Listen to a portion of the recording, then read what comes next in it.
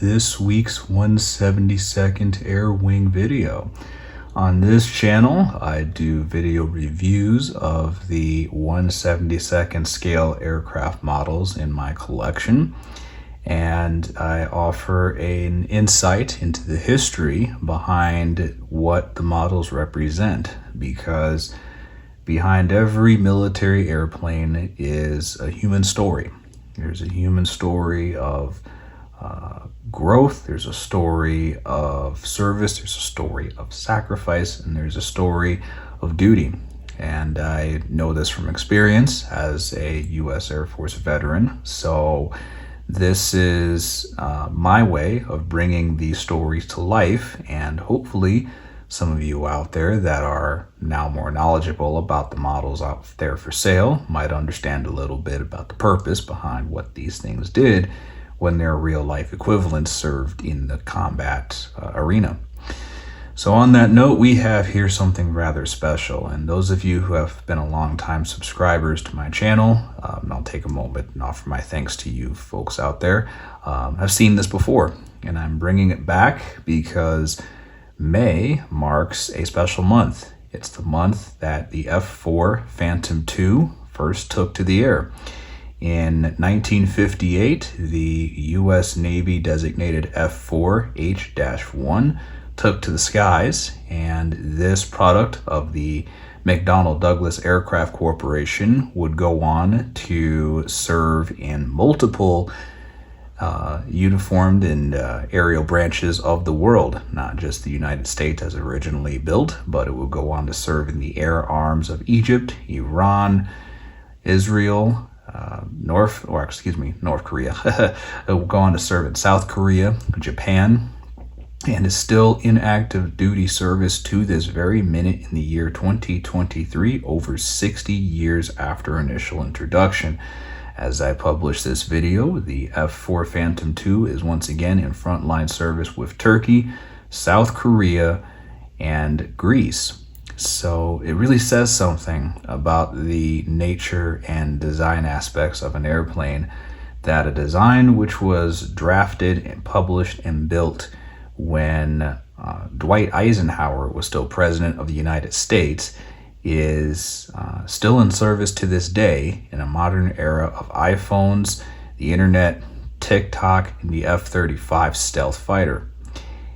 So pretty major impact this design had, and I believe it's worth dedicating at least a month of videos to talk through some of the evolutions and a few of the human stories that are behind the F-4 Phantom II. So this week marks one of the first entrants in the breed, and probably the most famous of the early F-4C models.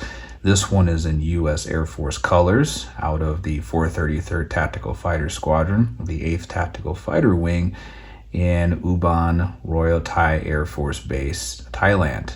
This aircraft served in Southeast Asia under the tutelage of one storied, at the time, Colonel Robin Olds.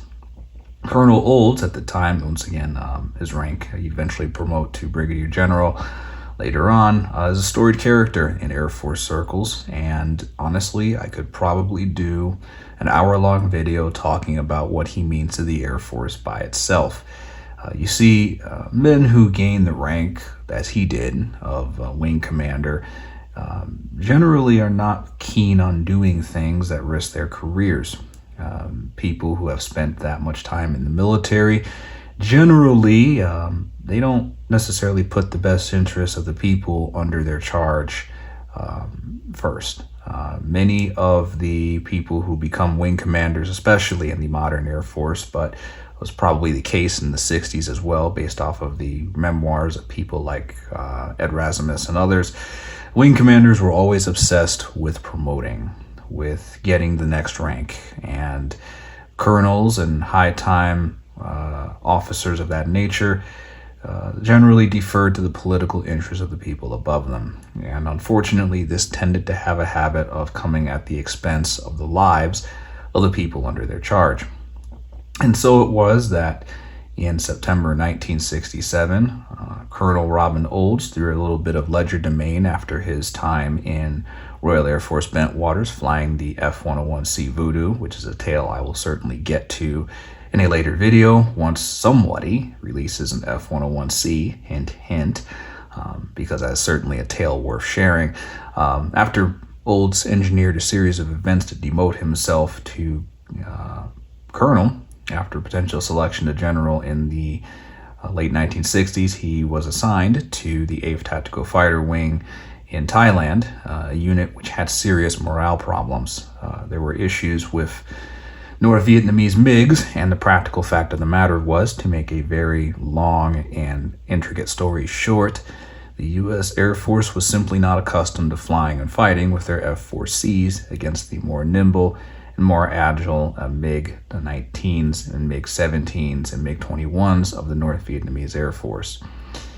And so, Colonel Olds arrived to stabilize the situation, and stabilize it he did. In World War II, it was not uncommon for Western aircraft to be less maneuverable than their German or Japanese equivalents, and so tactics have been developed to use bigger, faster airplanes such as the P-38 and the P-47 and later on the P-51 against more maneuverable German opponents. And it was these tactics that Olds would use to become a multi-time ace out of that conflict himself. When he was later, much later, 20 years later, posted to Southeast Asia, the Air Force had long since officially moved away from these tactics, much as many of you are familiar in terms of the Top Gun story. The same thing that the Navy did in terms of air-to-air combat, it's the same thing that happened to the Air Force. The Air Force retired the tactics and manuals and teachings of World War II and Korea, which emphasized dogfighting and air-to-air maneuverability, and instead determined that the air-to-air missile was the key to air combat, and that further training and education in air-to-air engagements was not productive and not worth their time. So by the time of 1967, most of the younger lieutenants and junior officers had literally no experience in dogfighting. Today, we would never do such a thing, thanks to such enterprises as Red Flag and the various courses that the modern U.S. military enacts. We do not send untrained people into aerial combat anymore. But in the 1960s, it was felt that guns and close air combat were obsolete and that missiles would be the sufficient weapon to take the fight to the enemy. And the skies of Vietnam shortly proved the short-sightedness of that perspective. Colonel Olds arrived in theater in Thailand to rectify the situation. And so, Colonel Olds would use his World War II acumen, tactics, and teachings to overhaul the 8th Tactical Fighter Wing from a command that had serious morale problems to one of the best MiG-killing operations in the theater. And the heritage of his time at the 8th Tactical Fighter Wing was so strong that to this day, the U.S. Air Force celebrates Mustache March in honor of Colonel Olds' time and the non-regulation mustache that he ironically wore at the time of Vietnam to protest the contradictory and politically counterproductive way that war was being operated and fought by. So, on that note, we will turn to the topic at hand, which is the model in question. So, the F-4C, once again in Robin Olds' 8th Tactical Fighter Wing colors, here is delivered beautifully by the people at Air Commander. They have done a good job with this release, and I'm proud to say that the stencils, the small details such as the detail in the ordnance, the labeling on the missile and multi-purpose pylon here, as well as the AIM-9Bs mounted to the rail, and the AIM-7s, which are shown here, as well as two in the back, are done very well. The insignia is properly positioned and features the early Vietnam era color, so that's very well done.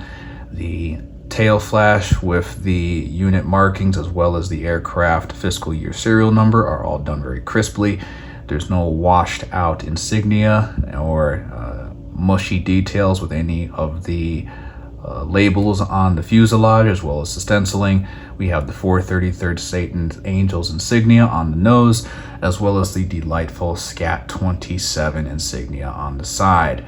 We even have a radar marking there for the APG-120 radar, and we have the delightful pair of MiG kill markings on the intake splitter here.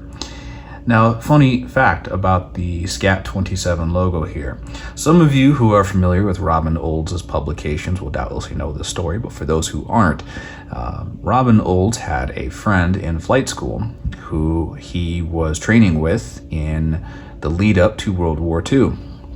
Remember, Robin Olds was a cadet before that war happened, and during his time as an air cadet in what was then called the U.S. Army Air Corps, his wingman in the Corps happened to be disqualified at the last minute. Some complication involved with his eyes resulted in the cadet losing his flight status in the event. So shook Robin Olds that from that point forward he made a commitment to his now grounded friend that every airplane that Robin Olds would ever fly from that day forward would bear his name, and SCAT happened to be his wingman's nickname. So from that point forward, airplane SCAT 1 all the way up to number 27, which you see modeled here, would bear that insignia.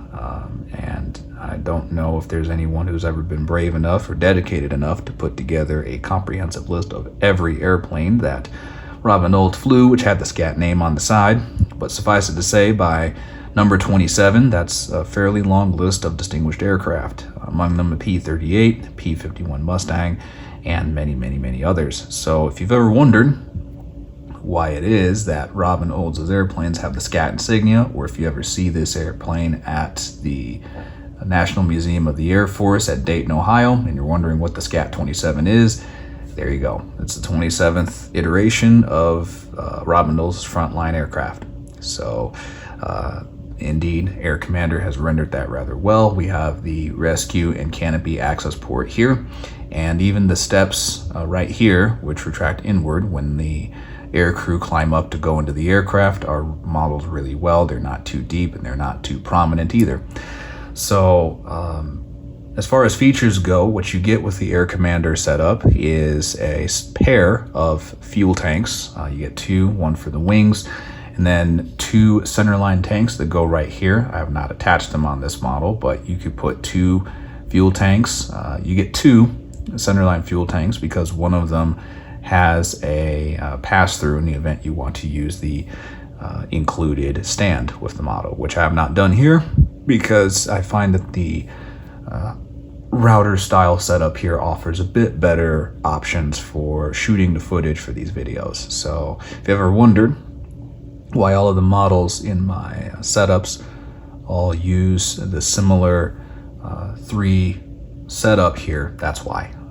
Once again, you do get a set of AIM-9Bs on each of the rails here, a set of 4 AIM-7 Sparrows, which all nestle into the bottom rails of the canopy, or excuse me, bottom rails of the fuselage, and you get an ALQ-87 ECM pod, which is what this white thing is here. The ECM pods have an interesting story themselves. During the Operation Bolo mission, the Air Force inventory of ALQ-87s were all meant for the F-105s, which were dedicated fighter bombers. So to make the Operation Bolo mission happen, the idea was for these F-4s to act in squawk on the radios as if they were F-105s. They were intending to trap the North Vietnamese in a deception ploy. So to make the deception work and make the North Vietnamese think that the flights of missile-armed F-4Cs were in fact slow, lumbering, vulnerable bombers, the 8th Tactical Fighter Wing needed to equip their Phantoms with these ECM pods here.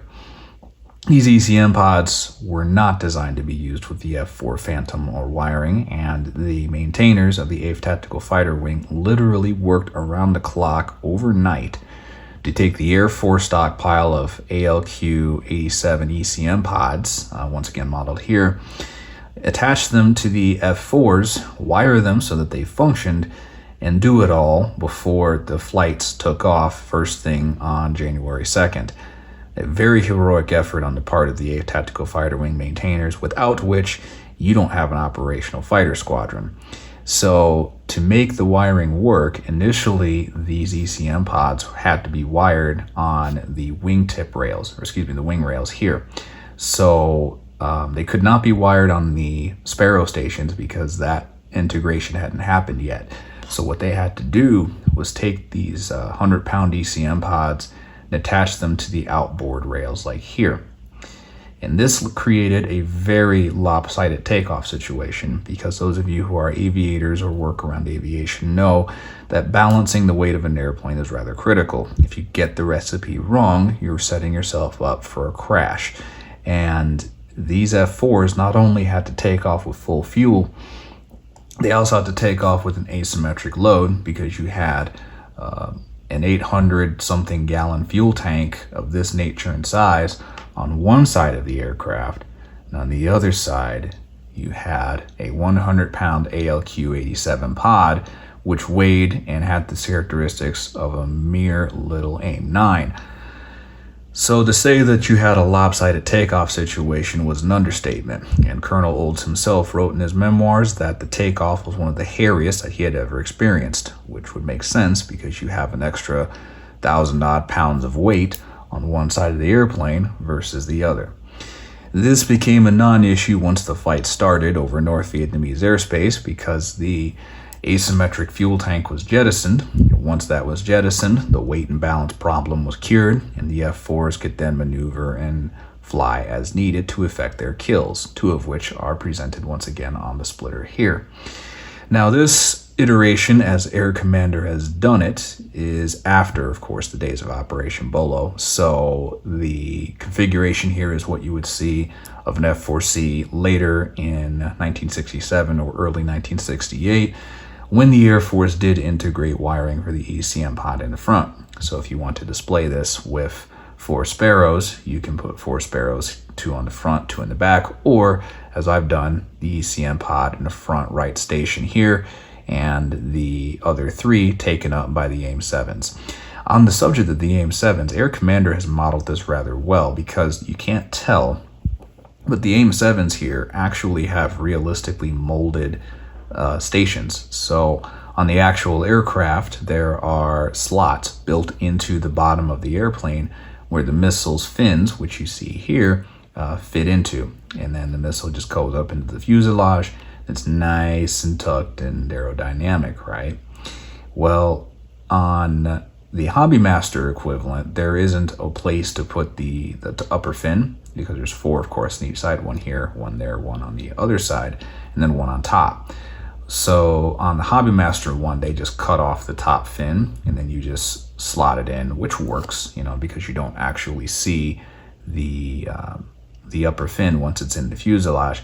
But Air Commander has gone the extra step and has taken and modeled the real-life airplane's fin configuration so that you get 4 AIM-7s with 4 fins on each part of the missile, and you can insert them right into the fuselage, and that's how you get the friction fit to display it. So rather well done piece of kit there. Only one of the missiles in the back has an issue with that doing it. It's a little stiff to get the missile in there, but all things considered, it's not a major concern. And I do like the attention to detail that Air Commander applied on this iteration of their Phantom versus the Hobbymaster equivalent. The air data and pitot tube here, which is on top of the vertical stabilizer, is well modeled. You have your leading edge, which is accurately rendered in the polished metal. You have your anti-collision light here, and your tail section with the J79 engine nozzles, and the realistically configured dihedral for the horizontal stabilizers. I would have liked to see the dihedral at a bit of a different angle, because depending on how you display depending on how you display the horizontal stabilizers, these do move. So if you display them relatively at max pitch down, meaning upwards, they're fairly realistically angled, but if you display them at level flight, they're almost unrealistically flat. I would have liked to see a little bit more angle, so instead of them being like this, they could be more like that, which is of course more in keeping with the distinctive nature of the F-4 Phantom's dihedral. And this was designed to cure a problem that McDonnell had encountered with an earlier aircraft that Robin Olds flew, which was the aforementioned F-101 Voodoo.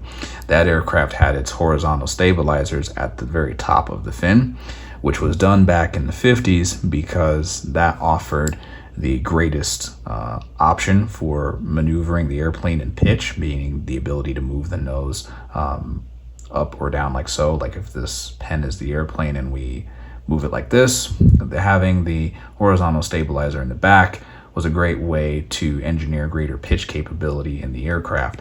Unfortunately, this was something they didn't know back in the 50s because, well, technology, but putting the horizontal stabilizer back there and having a longer fuselage like this resulted in aerodynamic blow off coming off of the fuselage, blanking out the horizontal stabilizer in the back and leading to a condition called pitch up, which is a more sophisticated way of saying that your airplane is going to become an unintentional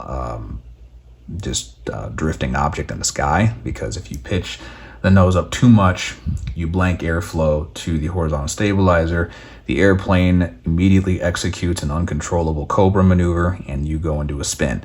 And on these 50s era airplanes, once you get into a spin, odds are you were going to have to eject. So in designing the F-4 Phantom II, McDonnell was careful to put the tailplanes on the back, lower down, closer to the wing, and angled them even further to ensure that the pitch up problem would not affect the F-4 Phantom series. So it's an interesting lesson in how iterative learning happens, because had the F-101 not been built, the F-4 would not have been the airplane that it is now. And I say that now because, once again, it's still in service to this day. So we have to remember that, because even in the era of stealth and fifth generation, etc., the F-4 is still flying, which is saying something. So coming back to the Air Commander model, the rudder does move left and right, which is an interesting refinement from the Hobbymaster version. Not a big deal for me, but some of you might disagree. And the landing gear iteration is also done really well here. So on the Hobbymaster version, the landing gear are in 4 separate pieces that have to be installed by hand, which can be a bit of a pain because Hobbymaster's landing gear fitment is not the best on their Phantoms. And the small parts that go into the bays for the Hobbymaster's landing gear, they're not necessarily the best designed from a tolerance perspective either. However, I'm glad to share that with the Air Commander, they've basically just taken one big piece and made it part of the landing gear. So you have a piece for the front, which goes where the nose gear is, and that's fairly simple to install. Then you have one piece for the back too, the main landing gear, and it's all one big unit that crosses the bottom of the fuselage. So when it's time to display it on the ground, you're not fiddling with 4 tiny little bits that have to go into very specific places, and then maybe it leans wrong, or if you look at the model the wrong way, it sits funny. You don't have to worry about that. I like how the iteration of how Air Commander set that up with this model. So all things considered, I think it's a win. I will say the paint quality is amazing. Do be aware as a caveat that there are some dust spots on the model. That's unavoidable because I do display this all the time, and because it's on display all the time, as much as I've done what I can to dust it off, of course, for the video, you're going to see some dust in certain spots that are just difficult to reach, and I don't want to risk scratching the model because I'm getting too aggressive with trying to get one of those, forget the name of it offhand, but one of those screen-friendly cleaners on there so it doesn't like strip the paint or do anything funny. So to prevent that, I've done what I can with a microfiber cloth, but there's going to be parts on it where you're going to see some dust, and for that I do apologize if that disrupts anyone's impressions of it. But it is a really good model from a paint perspective. I can't see any place on it where they've gotten that wrong. So on that note, it's really well done. And This is where we get to the cockpit. The cockpit's also a bit fussy here, and I think it's just the nature of the Phantom 2's design. It's just not going to be easy to render in 1/72nd scale. So the back cockpit here for the Weapon Systems Officer or Navigator Station back in the 1960s, this was a second pilot, like a junior time pilot. The Air Force later got wise to this, but back in the day, there was just 2 pilots flying. And the back cockpit, this just flips up and is attached to the model, so no spare piece there. This cockpit, though, the front one is also attached to the model, but the canopy bow right here is detachable. So what you have to do is open these up manually, or open this one up, take this little piece out, this center canopy bow out, then position this up, and then put this back in place.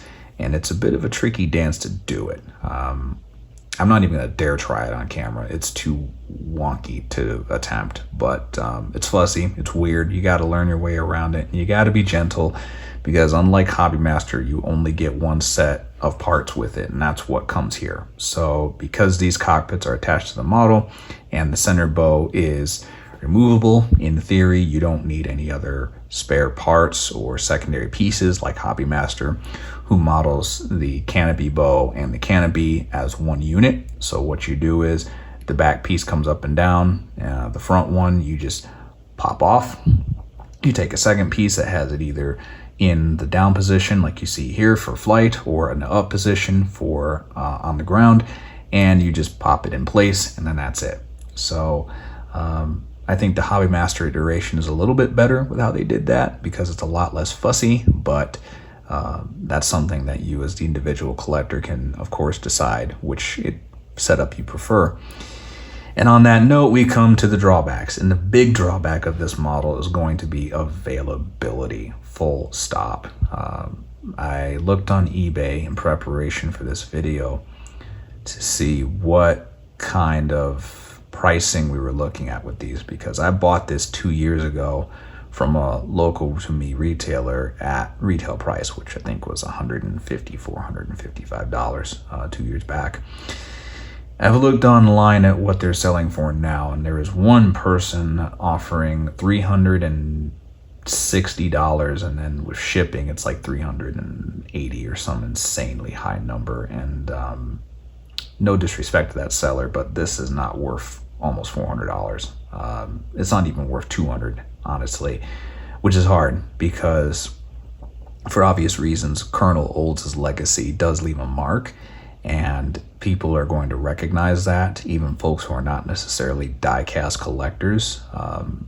Anyone who appreciates Robin Olds' history and what he's contributed to air power and the U.S. Air Force and aviation and all those things is going to be after a model of one of his airplanes. And of course, this one happens to be one of his more favorite ones, Scat 27.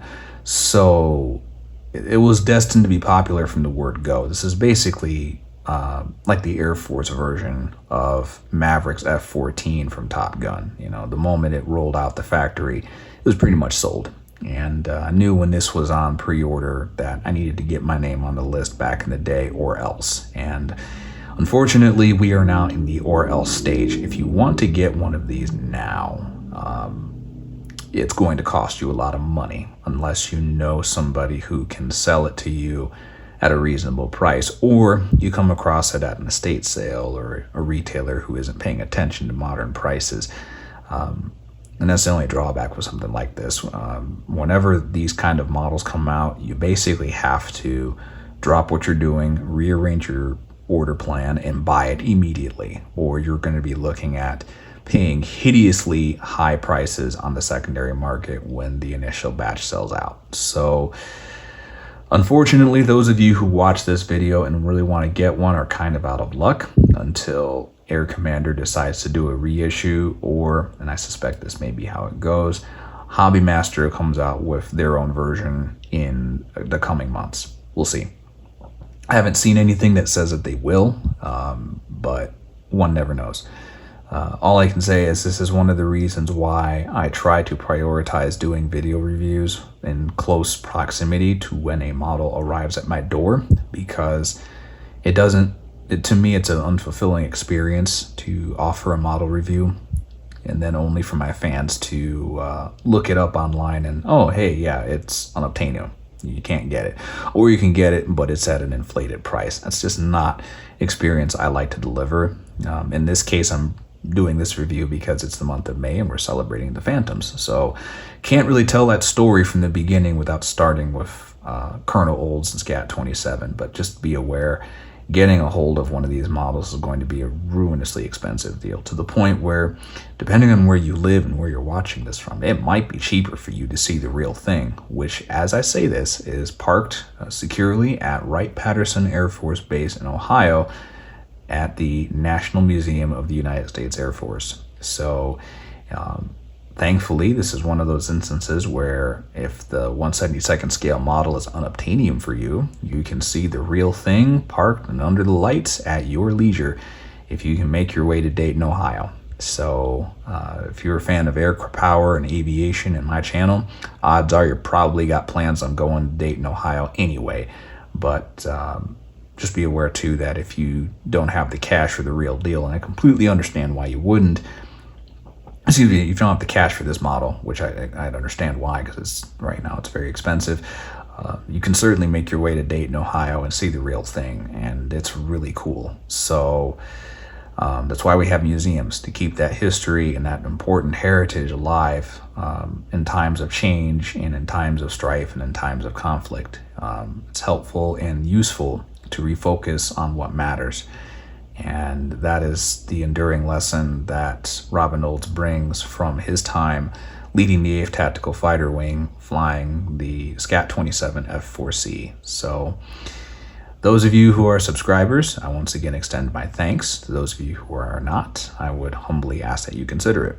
If you are a subscriber to my channel, that does 3 things in one maneuver. You show that you like the content I'm putting out, because YouTube does not have very many other avenues for feedback and correspondence. It also tells the algorithm to send people to watch my videos. And finally, it's a way for you, most importantly, to be notified when I do release a new video. So I have a Sunday morning upload schedule at this time. So when I do release a new video each Sunday morning, you'll be able to see it on your notification icon in YouTube, and you can navigate right away to my newest model review. So with those reasons in mind, hopefully you'll consider subscribing, and then that'll be a great way to support the channel, which has grown far more than I expected when I set this up 2 years ago during the pandemic, which is something I'm very glad to be done with at this juncture. So once again, I extend my thanks to those of you who have watched the video to this point, and we will catch you in next week's Phantom review. Stay tuned for more as we go through the